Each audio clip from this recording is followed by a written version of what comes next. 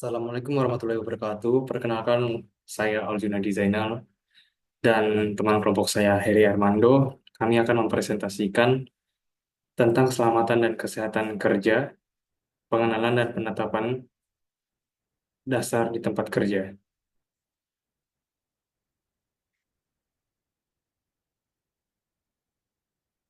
Lambang ketiga. Bentuk lambang berupa palang berwarna hijau dengan roda bergerigi 11 dengan warna dasar putih.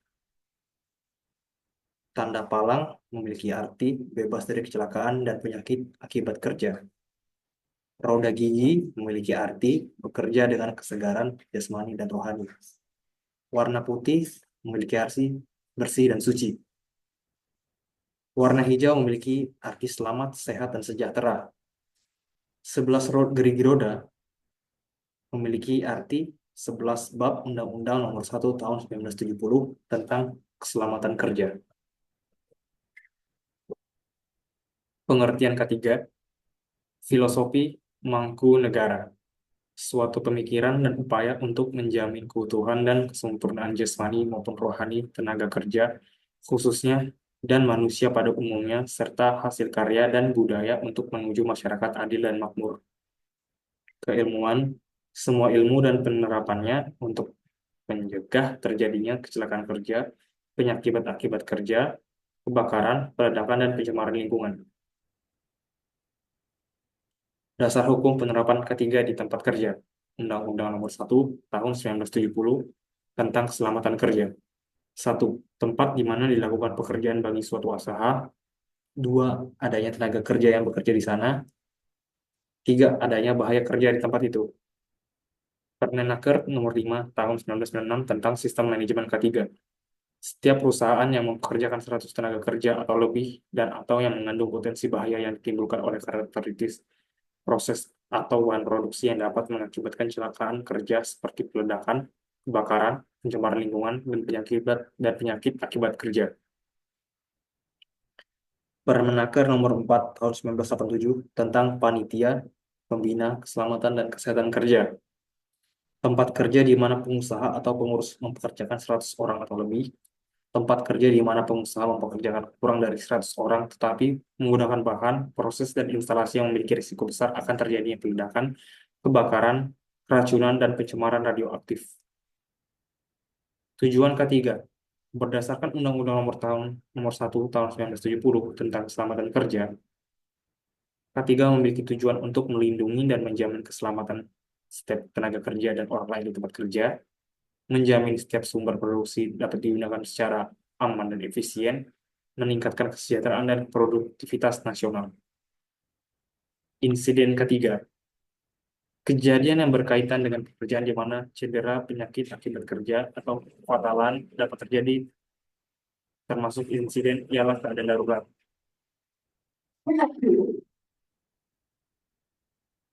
Kecelakaan kerja, insiden yang menyebabkan cedera, penyakit akibat kerja, ataupun kefatalan.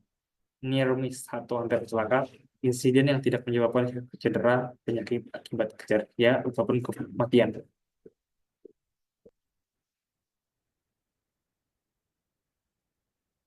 Penyebab kecelakaan kerja, penyebab dasar,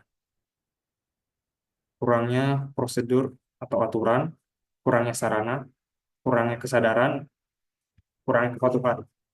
Penyebab tidak langsung, faktor pekerjaan, faktor pribadi. Penyebab langsung, tindakan tidak aman, kondisi tidak aman. Kecelakaan kerja, kontak dengan bahaya, kegagalan fungsi. Kerugian, kerugian pada manusia, cedera, keracunan, cacat, kematian,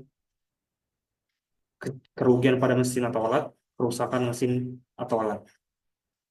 Kerugian pada material atau bahan, tercemar, rusak, produk gagal, kerugian pada lingkungan, tercemar, rusak, bencana alam. Teori efek domino dari H.W. Heinrich. Kerugian kecelakaan kerja,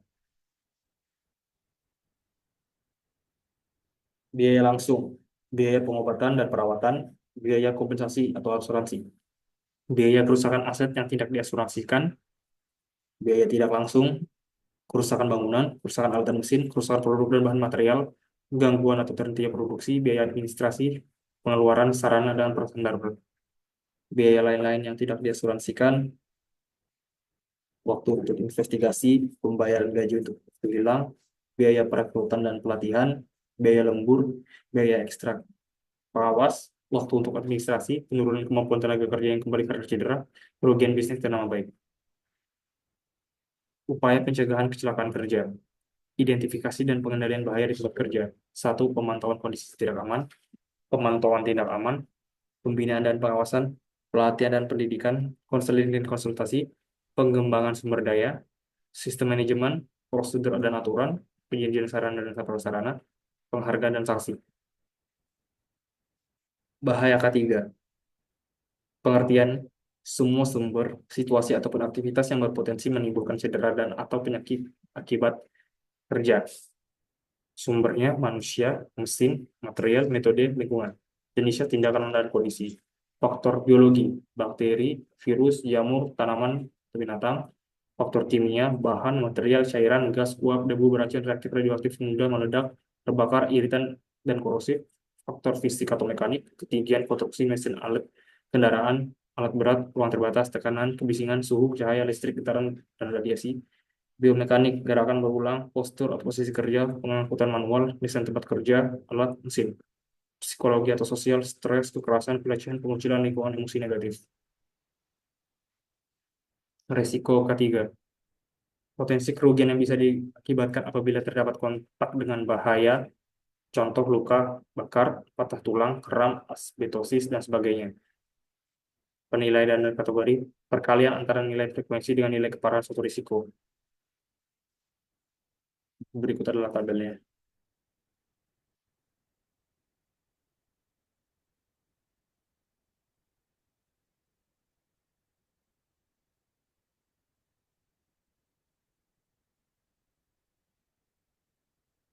Pengendalian risiko ketiga, hierarki pengendalian risiko atau bahaya. Eliminasi, substitusi, perancangan, administrasi, alat pelindung diri. Substitusi, penggantian alat atau mesin, bahan tempat kerja yang lebih aman. Perancangan, modifikasi alat mesin tempat kerja yang lebih aman, tempat kerja atau pekerjaan aman, mengurangi bahaya. Administrasi, prosedur, aturan, pelatihan, durasi kerja, tanda bahaya, rambu, poster, label, alat pelindung diri, menyediakan APD kepada tenaga kerja, tenaga kerja aman, mengurangi paparan. Makna rambu di tempat kerja. Tanda larangan, jangan dioperasikan. Tanda bahaya, hati-hati lalu lintas forklift. Tanda kewajiban, pastikan susun barang rapi. Tabung pemadam api, tanda sarana darurat kebakaran. Tempat berkumpul evakuasi darurat, tanda sarana keselamatan P3 dan evakuasi darurat. Musola, fasilitas atau sarana umum.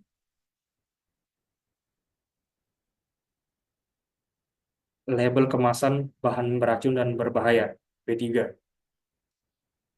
Ini tandanya mudah meledak, mudah menyala atau terbakar, oksidator, korosif, beracun, mengganggu pernafasan, pemicu kanker, pemicu iritasi, gas bertekanan, pencemaran lingkungan. Makna label dan warna perpipaan. Label pipa berwarna biru mengartikan gas bertekanan. Label pipa berwarna coklat memiliki makna bahan mudah terbakar. Label pipa berwarna hijau memiliki makna air yang dapat diminum, air pendingin, air umpan boiler. Label pipa berwarna oranye memiliki makna bahan beracun dan korosif. Label pipa berwarna merah memiliki makna media pemadam kebakaran. Label pipa berwarna kuning memiliki makna bahan mudah menyala. Selanjutnya akan dibacakan oleh teman saya, Heri Armando.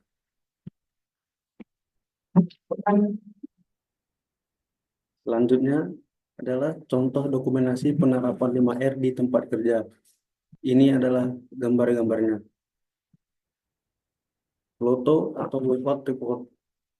Pengertian suatu prosedur untuk menjamin mesin atau alat berbahaya secara tepat telah dimatikan dan tidak akan menyala kembali selama pekerjaan berbahaya ataupun pekerjaan perbaikan dan perawatan berlangsung sampai dengan pekerjaan tersebut berakhir.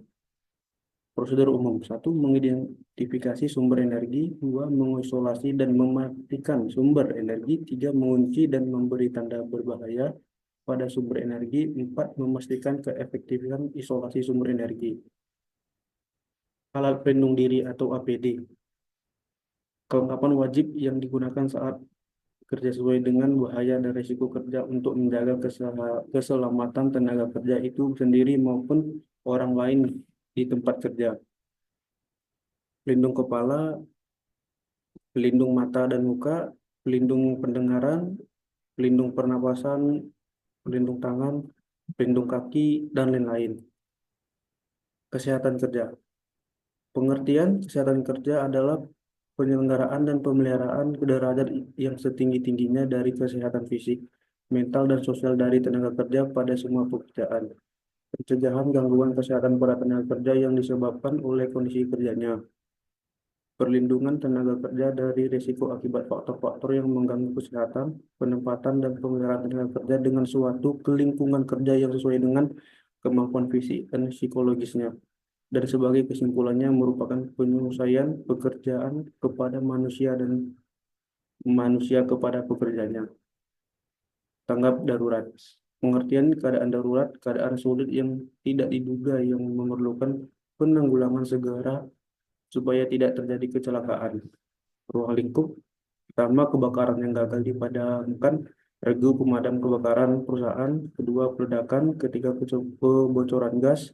Keempat, keracunan. Lima, bencana alam. Enam, perampokan. Tujuh, ancaman bom. Delapan, demonstrasi. Sembilan, hura-hara. Pelaksanaan tanggap darurat secara umum. Satu, mematikan atau hentikan seluruh proses mesin, aktivitas, dan lain-lain. Kedua, segera menuju titik evakuasi. Ketiga, selamatkan aset yang memungkinkan untuk diselamatkan. Keempat, tetap tenang dan cepat bertindak. Lima, informasikan kepada petugas tanggap darurat apabila ada rekan yang masih tertinggal. Keenam, tetap di area aman sehingga ada instruksi lanjutan dari petugas berwenang. Api dan kebakaran. Pengertian api, api adalah suatu reaksi kimia atau oksidasi cepat yang terbentuk dari tiga unsur, panas, oksigen, dan bahan mudah terbakar. Pengertian kebakaran, nyala api baik kecil maupun besar pada tempat, situasi, dan waktu yang tidak dikehendaki yang bersifat merugikan dan pada umumnya sulit dikendalikan. Tahap-tahap kebakaran. Berikut adalah grafik tahap-tahap kebakaran. Yang pertama, muncul reaksi tiga unsur api padam dengan sendirinya apabila tidak dapat mencapai tahap selanjutnya, menentukan tindakan pemadam atau menyiapkan diri. Kedua, tumbuh api membakar bahan mudah terbakar sehingga panas meningkat. Kedua, dapat terjadi flash flashover. Ketiga, berpotensi menimbulkan korban terjebak, terluka, atau kematian bagi petugas. Ketiga, puncak, semuanya bahan mudah terbakar, nyala api, paling panas dan paling berbahaya bagi setiap apa saja yang merangkap di dalamnya. Keempat, reda atau padam tahap kebakaran yang memakan waktu paling lama, penurunan kadar O2 atau bahan mudah terbakar secara signifikan yang menyebabkan padamnya api, dan lain-lain. Metode pemadam api. Pemadaman api. Berikut adalah gambar metode pemadaman api. Pendinginan. Pertama, menghilangkan unsur panas. Kedua, menggunakan media bahan dasar air. Yang kedua, isolasi, menutup permukaan benda yang terbakar untuk menghalangi unsur O2. Kedua, menggunakan media serbuk atau busa. Dilusi, meniupkan gas inert untuk menghalangi unsur O2 menyalakan api menggunakan media gas CO2. Keempat, memisahkan bahan mudah terbakar dari unsur api. Kelima, memutus rantai relasi api dengan menggunakan bahan tertentu untuk meningkatkan radikal bebas pemicu rantai reaksi api. Kedua, menggunakan bahan dasar halon. Klasifikasi kebakaran. Kelas kebakaran, logo hijau A, padat non logam, B, gas uap cairan, C, aliran listrik, D, logam, E, bahan radioaktif, K, bahan masakan. Media pemadam, air, uap, air, serbuk kimia, busa, serbuk kimia CO2, dan serbuk kimia sodium klorida. Tabung pemadam atau APAR. Berikut adalah gambar APAR atau tabung pemadam. Alat yang ringan serta mudah dilayani untuk satu orang untuk memadamkan api pada mula terjadi kebakaran. Petunjuk penggunaan: satu, tarik pin pengunci tuas; kedua, arahkan selang ke pusat api; ketiga, tekan tuas pegangan tabung pemadam; empat, sapukan secara merata. Hidran. Berikut adalah formasi penggunaan hidran. Hidran digunakan untuk mengatasi kebakaran besar dengan sistem serupa keran air dengan tekanan air yang tinggi. Penggunaan hidran sebagai pemadaman kebakaran harus memastikan bahwa aliran listrik dimatikan supaya tidak membahayakan petugas pemadaman. Kewajiban pengusaha atau pengurus: pertama, menulis dan memasang semua syarat keselamatan kerja yang diwajibkan pada tempat-tempat yang mudah dilihat dan terbaca menurut petunjuk pegawai pengawas atau ahli K3 di tempat kerja yang dipimpinnya. Kedua, memasang semua gambar keselamatan kerja yang diwajibkan dan semua bahan pembinaan lainnya pada tempat-tempat yang mudah dilihat dan terbaca menurut petunjuk pegawai pengawas atau ahli K3. Ketiga, menyediakan alat pelindung diri atau APD yang diwajibkan pada tenaga kerja yang dipimpin maupun orang yang memasuki tempat kerja disertai petunjuk-petunjuk yang diperlukan menurut pengawai, pegawai, pengawas atau ahli K3 di tempat kerja yang dipimpinnya. Kewajiban tenaga kerja. Yang pertama adalah memberi keterangan yang benar apabila diminta pegawai pengawas atau keselamatan kerja. Kedua, menggunakan alat pelindung diri atau APD. Ketiga, memenuhi dan menaati semua syarat-syarat. Ketiga, yang diwajibkan. Keempat, meminta pada pengurus agar dilaksanakan semua syarat-syarat. Ketiga, yang diwajibkan.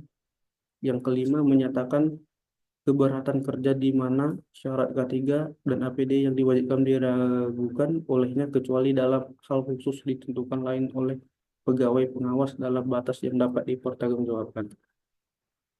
Syarat K3. Yang pertama, mencegah dan mengurangi kecelakaan kerja. Mencegah, menguras, dan mengurangi kebakaran. Ketiga, mencegah dan mengurangi bahaya peledakan. Keempat, memberi jalur evakuasi keadaan darurat. Kelima, P3K. Keenam, memberi APD dan pada tenaga kerja. Ketujuh, mencegah dan mengendalikan timbulnya penyebaran suhu, kelembapan, debu, kotoran, asap, uap, gas, radiasi, kebisingan, dan getaran. Kedelapan, mencegah dan mengendalikan penyakit akibat kerja. Kesembilan, penerangan yang cukup dan sesuai. Sekian, demikian presentasi dari kami. Sekian, sekian dan terima kasih.